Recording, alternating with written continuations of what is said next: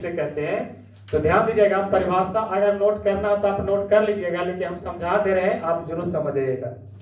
जिसकी सहायता से किसी वस्तु को देखते हैं उसे क्या कहेंगे हम लोग? प्रकाश कहेंगे। जब भी हम किसी वस्तु को देखते हैं तो पक्का है कि प्रकाश वहां पर है। प्रकाश की आप बिना सहायता से किसी को आप देख नहीं सकते। अंधेरी में रात हो तो आप बताइए किसी वस्तु को देख सकते हैं? नहीं, क्योंकि वहां प्रकाश है ही नहीं। तो प्रकाश किसे कहते हैं? तो जिसकी सहायता से किसी वस्तु को हम देखते हैं उसे क्या कहते हैं हम लोग? प्रकाश कहते हैं। याद रहेगा? हम नोट कर लीजिए दिमाग में कि जिसकी सहायता से हम किसी वस्तु को देखते हैं उसे हम लोग प्रकाश कहते हैं। कोई दिक्कत? चलिए, प्रकाश हो गया। लेकिन अब आता है प्रकाश स्रोत, इसमें आपको पढ़ने को मिलेगा। अगला जो पॉइंट मिलेगा प्रकाश स्रोत। तो प्रकाश स्रोत, हम प्रकाश तो जानते हैं, स्रोत क्या हो गया? तो स्रोत इस तरह का लिंक हो गया, अब कहां से निकलेगा, है ना? तो सीधा बात है प्रकाश स्रोत। तो प्रकाश स्रोत जिससे प्रकाश निकलता है उसे प्रकाश स्रोत कहते हैं। चाहे जो वस्तुएं प्रकाश उत्सर्जित करती है उसे प्रकाश स्रोत कहते हैं ना। कोई दिक्कत है? प्रकाश स्रोत क्या हो जाएगा? तो प्रकाश स्रोत की अगर बात करें तो सबसे जो प्राकृतिक के रूप में आएगा तो आपको सूर्य हो जाएगा। क्या हो जाएगा आपका? सूर्य, है ना? ये आपको प्रकाश स्रोत है। कुछ प्राकृतिक भी होते हैं, कुछ कृत्रिम भी होते हैं। ये सूर्य हो गया आपको प्राकृतिक हो गया। क्या हो गया जी? प्राकृतिक हो गया। प्रकाश स्रोत अगर पूछेगा कि बताइए प्रकाश स्रोत है कि कृत्रिम है सूर्य, ये क्या हो गया आपको? प्राकृतिक हो गया। कृत्रिम में क्या आ गया? जैसे कृत्रिम हम अभी लाइट लगाए हैं, ट्यूबलाइट लगाए हैं, बल्ब लगाए हैं, ये सभी क्या आपको हो जाएगा? कृत्रिम हो जाएगा। कोई दिक्कत है? क्योंकि टॉर्च हो गया, लालटेन हो गया, जितना ही सब हो जाएगा तो क्या हो जाएगा आपको? कृत्रिम हो जाएगा। प्राकृतिक जो गॉड गिफ्ट है ना, देन है। इसमें जो होता है आपको प्रकाश, है ना, कुछ वस्तुएं जो है आपको स्रोत हो गया। अगर पूछेगा प्रकाश स्रोत कितने प्रकार के होते हैं तो आप बोल सकते हैं 2 प्रकार के, प्राकृतिक और क्या बोल सकते हैं आप? कृत्रिम बोल सकते हैं। प्राकृतिक और क्या बोल सकते हैं? कृत्रिम बोल सकते हैं। अब हमको ये समझना है कि हम किसी वस्तु को देखते हैं तो कैसे देखते हैं। तो यहां पर जाते हैं परावर्तन होता है। जैसे इधर मिटका देते हैं। देखिए हम सूर्य है, अभी बता रहे थे सूर्य है, तो अब बताइए सूर्य से प्रकाश निकलेगा। अब कोई यहाँ वस्तु है, मान लीजिए कोई वस्तु है, मान लीजिए कुछ तरह के हैं, इस वस्तु को तभी हम देख सकते हैं। और यहाँ पर आपकी आंख है, क्या इस वस्तु को आप तभी देख सकते हैं जब इन प्रकाश को क्या करेगा? परिवर्तन करेगा। क्या करेगा? परिवर्तन करेगा। बिना परिवर्तन, अगर परिवर्तन नहीं होगा तो आप किसी वस्तु को भी देख नहीं सकते हैं। तो ध्यान दीजिए, यहां से जो प्रकाश आएगा, तो ये जो प्रकाश आया है ना, सूर्य का प्रकाश आया, तो ये जो हो गया सूर्य प्रकाश को, इसको हम बोल सकते हैं आपतित किरण बोल सकते हैं। आपतित किरण, आपतित किरण। तो एक बात याद रखिएगा, परिभाषा भी याद कर लीजिएगा। आपतित किरण की परिभाषा आपके क्या होगा, इसको ध्यान से समझिएगा। किसी स्रोत से आती हुई प्रकाश को, किरण को क्या कहते हैं? आपतित किरण। क्या बोलते हैं? आपतित किरण। क्योंकि प्रकाश के स्रोत से आया तो आपतित किरण हुआ, और किसी वस्तु से, है ना, किसी वस्तु से टकराने के बाद किसी दिशा में जाएगा तो हो जाएगा परावर्तित किरण हो जाएगा। क्या हो जाएगा? तो ये देखिए, ये टकराया, यहां से टक्कर के आपकी आंख तक आ गया, तभी आपको आंख तक आ गया, ये परावर्तित किरण हो गया। क्या हो गया आपको?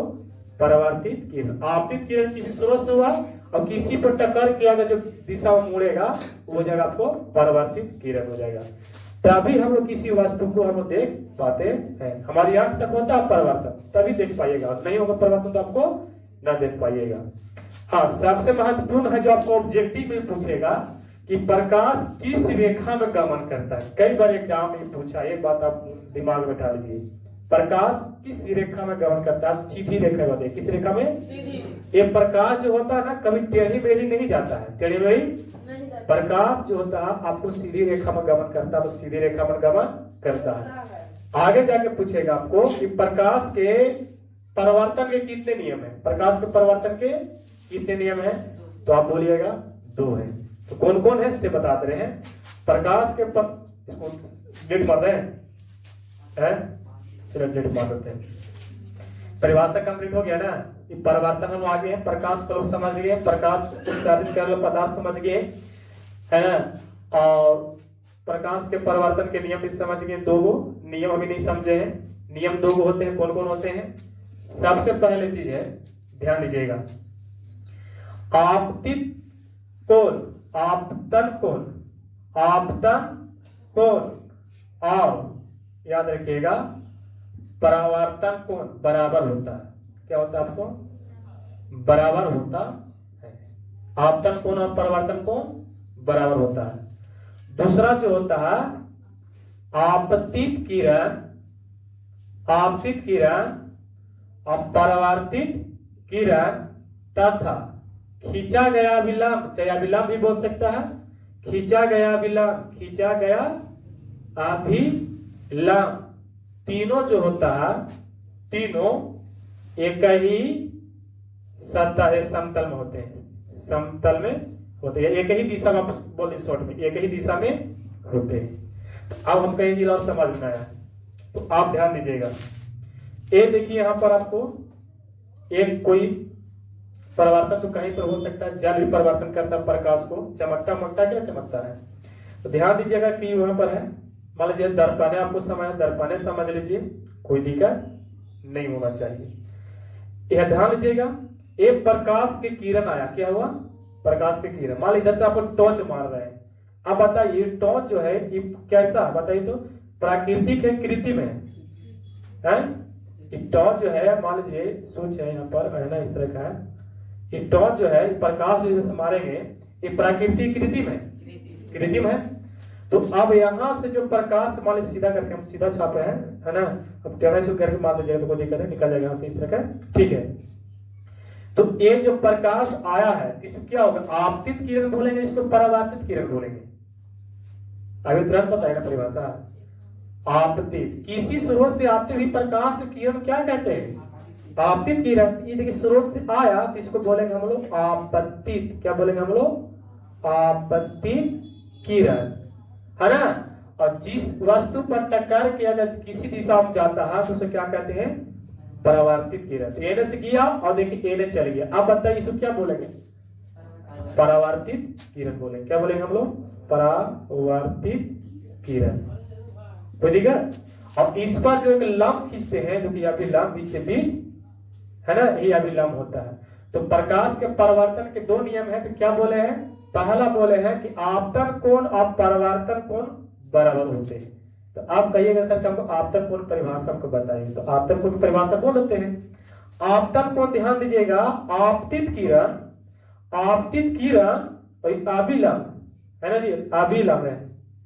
आपतन किरण और अभिलंब के बीच बना कोण को क्या कहते हैं हम लोग? आपतन कोण कहते हैं। क्या कहेंगे हम लोग?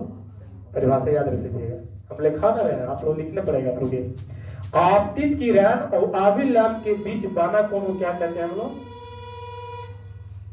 आपतन कोण। ये जो कोण बनेगा क्या बनेगा आपको? आपतन कोण। उसी प्रकार से परावर्तन कोण, तो अभिलंब और परावर्तन कोण के बीच बना कोण क्या कहते हैं? परावर्तन कोण।